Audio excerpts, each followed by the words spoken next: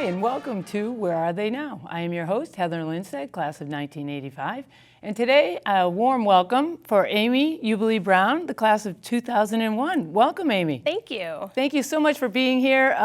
You've become kind of a celebrity in your own right as a teacher in our school system, right? And Thank you. and starring in the world of art. Yeah, I love being a teacher here in Chelmsford. This has always been a dream of mine. So let's talk about that dream. Did it really start when you were here as a student in the Chelmsford school system, or? Yes, so I grew up here in Chelmsford, and I went to South Row, McCarthy, and Chelmsford High School. And when I went to South Row, my teacher's name was Laura Gomez, and I just instantly fell in love with art class. I wanted to know everything she was doing behind the scenes, how she was setting things up, and all her projects and lessons. So when I was 9 years old, I told my mom that I wanted to be an art teacher.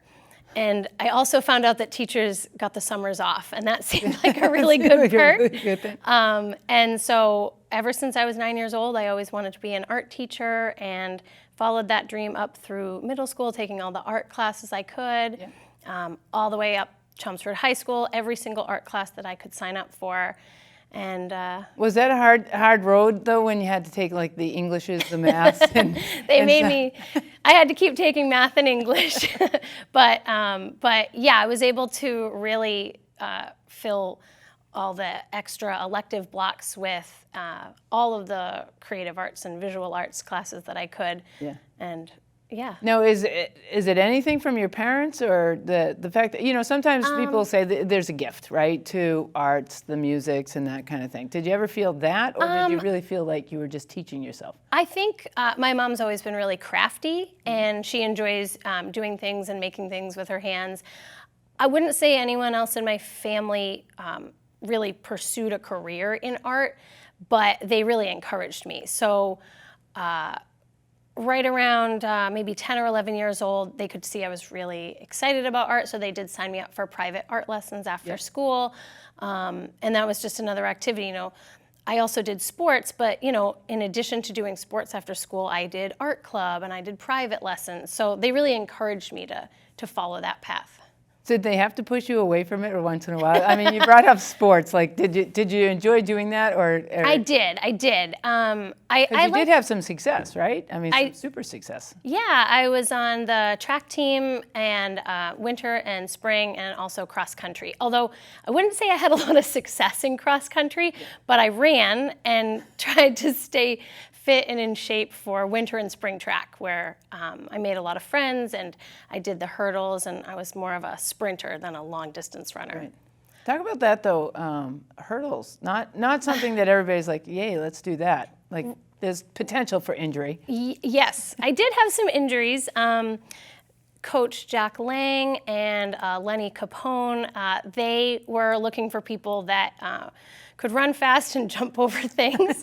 And that just, I don't know, I guess I've always enjoyed like those fun little extras. Yeah. So what did we used to say? We used to say track is more fun when something's in your way, or running is more fun when something is in the way. So we would, for me, it just made it more interesting than just running. Yeah.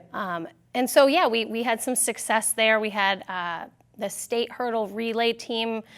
I think 2 years in a row, we were the state champions for the hurdle relays, which is a back and forth race where one person runs and jumps over, hits all the hurdles, not hits all the hurdles, jumps all the hurdles, and then the next person goes the other way, back and forth. So we got a state record one of the years that we did that. Now, was it were they students all in your class, or because that's pretty good to go back to back? Because I bet you graduated somebody maybe. Yeah, a couple of the girls. Well, I think there was one girl that was older than me, and a couple that were younger, a couple years younger than me as well. So close in graduating classes. Right, but you graduated somebody, and you probably still won the states. Yeah, I believe so. I think we won the states my junior and senior year for the Class A shuttle hurdle relay. It's coming back to me now. We did it in Boston. Do you still run? I do not. That goes back to that cross country thing, right? It's funny, yeah. I have tried, and now when I run, I find it I'm not getting places fast enough. See, I told you, I like to go for the thrill, so I mountain bike now. Okay. And I'll go out mountain biking a few times a week and just get out there in nature and really see the trails and get that exercise, but go a little further and a little faster. So let's get back to the art. And you get to Chelmsford High School. You had a great teacher at South Row. Yep, I had Miss Gomez at South Row, and I had some amazing teachers at McCarthy, Miss Sykes. I had Betty Gagnon and Eric Hoover and Diane Cogliano at Chelmsford High School, who all really had a huge impact on me and were very encouraging. So. Now, when you talk about the art, is there something specific about what are you a draw? Do you draw? Do you build? I don't know. I've always been more of a painter or a 2D artist, drawing, painting, watercolors. And it's one of those things, like when you find something you love and you get in the zone, time just slips away. Right. And art also was an opportunity for a lot of personal growth, which I feel like I learned a lot from my Chelmsford High School teachers. They would always push me. I remember specifically Eric Hoover. I would come to school with very, very proud of a piece of artwork, and he would always give me little tips, which were not always easy to hear because I came in thinking this is perfect. And he would give me little tips. And of course, I was a teenage girl, so I pushed back a little bit. It is perfect. I don't know what you're talking about. But over time, I realized this is how we grow, and this is how we learn new things and express ourselves in new ways. Right. And I think that really helped prepare me for art college also, because in art college, it's all about critiquing your work and learning from others around you and creating new things. And so Mr. Hoover at Chelmsford High School really helped prepare me for that. So he must have prepared you, though, because you have to have a portfolio, right? So Yes. when you were applying for colleges and stuff like that, like what was that like? Yeah, we had to have a portfolio. I remember going to various portfolio days where you could bring a portfolio of work and sort of visit lots of different representatives from colleges and show your work to them in person and talk about it.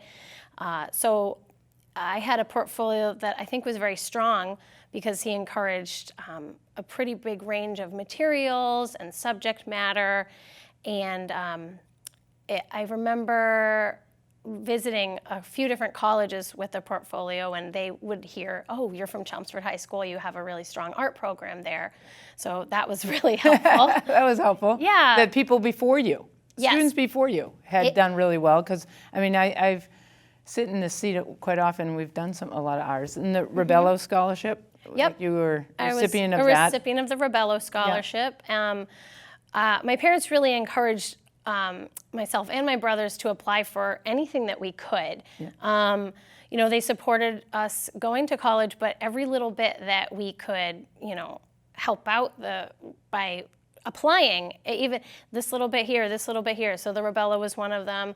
The Thomas Chembaris Scholarship, Chelmsford Alumni Association scholarships over the years. I would always just apply, and it was also good practice to just kind of put myself out there and So did Mr. Hoover have an influence on saying, okay, you're going to be all right being an art teacher? I mean, I think when we talk about the arts, right, like, people are in bands and stuff, can I ever make it like that? Was there ever a question like, or were you asking that, like, at 9, I thought I wanted to be an art teacher. Yeah. But I see what you do, Mr. Hoover. Like, were there those kind of conversations before you went off to college and said, I'm going to be an art teacher? When I was in high school, I sort of, I stopped talking about being an art teacher to my art teachers. Okay. And I really was focusing on the art in the moment. And when I applied to art school, I applied as a painting major, but my parents said, well, we don't want you to be a starving artist, so why don't you add in, a double major? So I added in art education, but at the time, I had it in my head, I'm going to make it as a painter, though. Oh, you did? I did. I mean, a little part of me was like, all right, I'll go for art education, but I know I'm gonna be the next, big thing. Yeah. And so when I went to college and I was taking the art education courses, and I learned more about really what happens, what teachers do to support learning, and I loved learning how the brains, the kids' brains work. All of those things put together, plus the love of art, brought me back to that dream that I had when I was 9. Right. And when you are in school to be an educator, you also have to do student teaching, and they encouraged to student teach at every level. So at that time, I was very inspired by Mr. Hoover, and so I thought I wanted to be a high school art teacher. And I did one semester of student teaching at high school, and I was like, oh no, these teenagers, they're a little too much for me. And I did middle school, and then elementary school was just where I absolutely fell in love with it all over again. No, Montessori? I went to Montserrat College Okay. of Art in Beverly. Okay. It's a small little college that it had originally been my top pick, but it was a private college, and I wasn't sure if we were going to be able to make it work, just family-wise. And I found out that they had a scholarship available called the Presidential Scholarship. It wasn't something that they really advertised too much, but I believe it was Mr. Hoover that told me they give out one full scholarship a year, and the president of the college gets to pick who it is. So I found out about that, and I said, well, it doesn't hurt to ask. Right. So I wrote a letter, said I would really love to go here. I hope you consider me for this. And then I made a video, back when video editing was not as easy. Now you can do it on your iPhone. I was splicing things with VHS, and so I put together a video of my artwork, and I remember the president reached out to me and said, how did you even know we had this scholarship, and it's yours? So really? Yeah, and so I was so happy because that college just seemed like the perfect fit. Right. And it was. It was so great. I had some amazing professors there. Yeah. It was a great little town. We were right near the water, and so it just felt like too far from home. Not too far from home. Yeah. Yep. I lived there for I lived there for 2 years, and then I commuted my junior and senior year from college. And that was the time, though, that you were doing student teaching and stuff like that? Yeah, I was still like a full-time student as well, but I've always been a homebody, and as much as I loved Beverly, I liked Chelmsford even more. Yeah. So I commuted from Chelmsford, and so began my career as a commuter for a while, because then I got my graduate degree at Salem State, and I started working in Framingham, but still living in Chelmsford. So I was commuting all over to do that. And so that commute was fine when I didn't have kids of my own, but then a few years ago, position opened up in Chelmsford to teach at the elementary school at Byam, and that was just the moment I had been waiting for, I guess you could say. Really? Yeah, just to be able to live and teach in my same town, not just for convenience, but the sense of community, that is what really has just like completed it for me. It's been amazing teaching here. But you brought all your experiences. Yes. I mean, and you've knocked it out of the park. I mean, we have to eventually talk that, you're the art teacher of the year and all those kind of things. But thank you. Leading up to all of that, like, were there steps that like you continued to just get pushed, or you were just decided to push yourself at some point? Like, how good you've become at this. I mean, you've talked nicely about teachers behind you, but what is it really just your passion to give back? So I am, I guess I'm the type that when I find an interest in something, like I really go for it. Yeah. And there's been little things along the way that have, that I've enjoyed that go along with teaching, like sharing my lessons with other art teachers. Yeah. And so I started teaching in Framingham in 2006. And in 2007, I set up a website, mrsbrownart.com, and I started sharing lesson ideas that I came up with, because when I was a new teacher, I remember thinking, oh my gosh, I have all these ideas, but I don't know how to put them together. Maybe there's other people out there that have ideas. Right. Kind of like Pinterest, but more curriculum based. Yeah. So I started sharing my lessons and tying them in with the Massachusetts Arts curriculum frameworks for visual arts teachers and showing them this is where this lesson hits and this is where this lesson, and that kind of took off. And I started getting a lot of followers on social media, usually art teachers, but also parents of the school where I taught or homeschooling parents. And so I continued that. And then I found just an interest in, what makes people find you on social media, and what else can I share, and how can I connect the community with what's happening in my classroom. So I continued to do that, and branched out to Instagram and Twitter, and I've never charged anything for any of my lesson ideas. I like to share it, right, because people did that for me. Right. So, I don't know. I've run into art teachers at conferences, and they've said, "Oh, I know your lessons. I did this one." And I think one of the neatest things, one of the coolest people that I ran into at a conference was my South Row art teacher, Miss Gomez. Really? And I recognized her name, and she recognized my name, but she knew me as Mrs. Brown Art. And then I said, "No, I'm Amy Ubele from South Row," and she, "What?" And so we just had this big connection. So big circle from a person that inspired you. Yes, but she didn't know who I was at the time. She was, she was following me on Instagram, and then, I said, "But this is my maiden name." And then she said, "Oh my gosh, I remember you." That she was like, "I was on a cart at that point," and so we've connected over the years, and that's been really, really neat. Now, do you do anything with your own personal artwork? Yes and no. It ebbs and flows, I've found.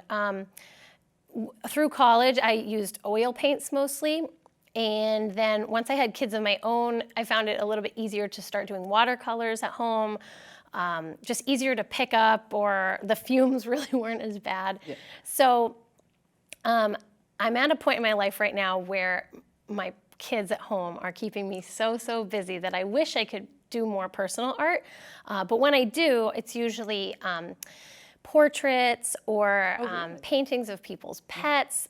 People also really enjoy having pictures of their homes and their gardens and their landscapes, and I really enjoy that as well. Wow. Yeah. So is there anything, though, that is on your walls that you did in high school or in college that you're like, this is when I knew I made it? Well, it's funny you say that about on the walls, because my daughter is 8 years old, and just a few months ago, she was looking at one of the paintings on the wall, and she saw my name, and she said, "Mama, you did this?" Now, it's been up on the wall since she was born, and I'm like, "Yes, you didn't realize, that's mine, I did that, I did that." She goes, "I didn't know you were a real artist. I just thought you were an art teacher." And so she's defined what a real artist is. Yes. Or she said, "I didn't know you were that good." Yeah. I think a lot of times the stuff that my students see me do is examples for kindergarten lessons up to 5th grade or 4th grade. But, and then I point out to her, "You've seen me paint before, you've seen me." She's like, "But I didn't know you did that one, and I didn't know you did that one." And I do actually still have a lot of my high school and college artwork covering the walls of my basement. We have a finished basement, but the walls down there are kind of a art gallery of just over the years. Right. Yeah. Is there anything that you've ever given away that you thought, I shouldn't have given that away, I want to get back? Oh, I don't know. I mean, isn't that's right? That's a lot of art questions, right? Yeah, it is. I've sold a lot of artwork over the years, done a lot of commissions, and that is probably one of the hardest parts. Is I never know what to charge. I don't want to undersell myself or my time, or all the work that goes into it. But at the same time, I want to share art with people. Right. So I don't regret ever giving away any art. So you've talked about your kids, not just your students at Byam, but we'll talk about them too. Have you had anybody come up to you and say, I'm going to be an art teacher yet? Yes, I have. And I always tell them, you know what, you probably will be, because when I was 9 years old, that's what I said too. Or keep following that dream. And but yeah. Now, you haven't had any angry parents come back and say, please don't tell my kid they want to be an art. No. The Chelmsford is so supportive of the arts. Oh, it's so nice to work here, and the parents and the families at Byam and in Chelmsford in general are just, I feel so connected. Do you have anything at the art gallery down in Chelmsford? No, not right now. I don't. Yeah. Okay. Yeah, It's but those kinds of things are Yeah. weren't there. Were they there when you were growing up? Artwork in the yeah, I mean a little bit. But it's grown. It has grown, and the Chelmsford what is it, Chelmsford Center for the Arts, they have their annual 4th of July show, so I have put artwork in there before. Oh, you have? Yes, yes. Wow. Yeah. And did your kids notice that? They don't notice their mom as much. They don't. No, I'm just mom. So how's your classroom setting though? Like, do they ever want to leave? It just sounds like that you've just inspiring all these young kids and stuff like that. So talk about a day or are kids just like, I've got this, how do you inspire them though to find their passion for it? The kids will sometimes tell me, art's my favorite special. And I'll say, it's my favorite too. And I get to do it all day. So when they usually come into the art room very excited. What are we gonna do today? What are we gonna do? And I like to start off every art class saying, hello, my most amazing artists. Yeah. And they'll say, hello, Mrs. Brown. And then I'll say, how are you today? And sometimes they do it really cute. They go, ready to create. And we just started off like a little art room mantra. Yeah. And it's a really positive tone. And remind them, okay, you're ready to create. That means you're going to be making art. We're going to be trying new things. And I really try to make all the kids in my classroom feel like it's okay to try things. It's okay to make mistakes. It's okay to ask for help. But I want them to do it on their own. I might help them, I might guide them, but it's their art. And I want them to feel comfortable taking chances and know that it's okay. And the reason I bring that up is, I don't know, do you know Paul Reynolds' class of 74? Yes. Oh, right? Yes, and yes. The Dot, right? Yes, Peter Reynolds, yes. Peter and Paul. Peter and Paul, they own, yes. So I have met Peter, and I start off, many years, I've started off the year with doing a lesson with The Dot. It's such a great story. About and that is why I asked you. Yes. Because I have no artistic talents, but he would say, no, yeah, he would right. Say, yes, you do. Exactly. Everybody does. Right. But that's what so many parents say. They say, oh, I can't draw, but my kids, they're coming home with these beautiful things. And I say, yes, you can draw. Yeah, okay. And so it's just this mentality that I think a lot of adults have. And it's a little bit of insecurity that, and I would probably say the same thing if someone told me to pick up an instrument. I'm not confident in it, and I don't have a lot of practice.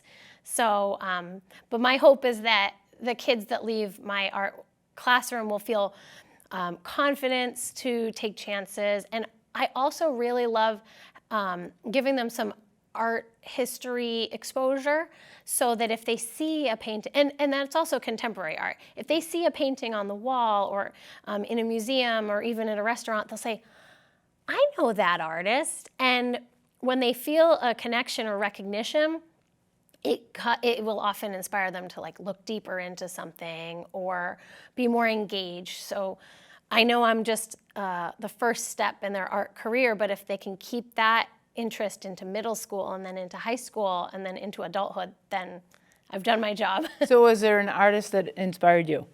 Ooh. Going to a museum, whatever. Was there any, I know you've talked glowingly about teachers and stuff like that. Right. But was there? I did, in college, I was really inspired by Chuck Close. He did photorealism, and he also had a very inspiring story where later in life he was faced with a disability that could have impacted his art making ability and career, but he adapted, changed his art style from photorealism to, I don't know how to describe it, but he has grids of artwork, and instead of the artwork looking like a photo, when you look up close, it's all these circles and blocks of color. And then when you step back, you see the image. So he was able to still create amazing artwork, just adapting in a new way. So different from pointillism, but Actually, similar to pointillism, but on a much larger scale. Okay. And oftentimes the dots were very Kandinsky-esque, where there would be concentric circles in a grid. And he had a really strong understanding of color theory. So he knew that if these concentric circles of color were together, the brain and the eye would create this color when viewed from a distance. So I was really inspired by him and his understanding of color and perseverance for his own, art making. yeah. Yeah. So are your two kids going to be artists? That's a good question. They both love it. Okay. My son, Kenny, is a 5th grader at McCarthy, and he comes home from school saying art is his favorite class of the day. He absolutely loves his teacher, Miss Mayer, there. And now that he's on to middle school, they do a lot of choice-based art, where the kids are opened up to different centers of materials, and they can sort of guide their own path and what they want to create. And that's working out really, really well for him. I don't do full choice at the elementary level because I'm still working on teaching a lot of the skills and techniques and some guided, but he's really loving it at middle school. And my daughter is a 2nd grader at Byam, where I teach. I could see her being an artist or an art teacher or just a teacher. She's like me. She likes to know what's going on behind the scenes and what are you planning and where are your supplies. And Have you taught them how to jump over things too? how to hurdle. How to I hurdle? should. That's coming up. They're getting probably just about tall enough. Tall enough to do Yeah. it. I'd probably hurt myself if I tried now. Yeah, you can't teach it. I have tried racing them in the yard, and then I had to catch my breath for a really long time. Really? Great. So when you got the award, I have to wrap up though, were you pleasantly surprised being named our Teacher of the Year? Or was it really a goal? Like, Yes. It was. So when I started student teaching, my art teacher there had just earned elementary art teacher of the year. And in my head, I thought, oh, I would absolutely love to earn that by the time I retire. So it was just amazing to have that happen at this point in my career, and it feels really, really special that I earned it here in Chelmsford. Well, obviously, I mean, you've had a passion since you were 9 years old. I mean, that just, it tells everybody. And I do think that Chelmsford High and Chelmsford has been an inspiration. I mean, that's technically why we do this show. And so it's been so wonderful for you to come on here and just inspire, again, the next generation of artists, Yes, I hope. absolutely. Because it's such a big deal. So congratulations to all that. And maybe you'll see your kids' artwork someday too. So. Thank you so much for having me. Oh, no problem. To everybody, thank you for joining us here at Where Are They Now? Come back for our next show.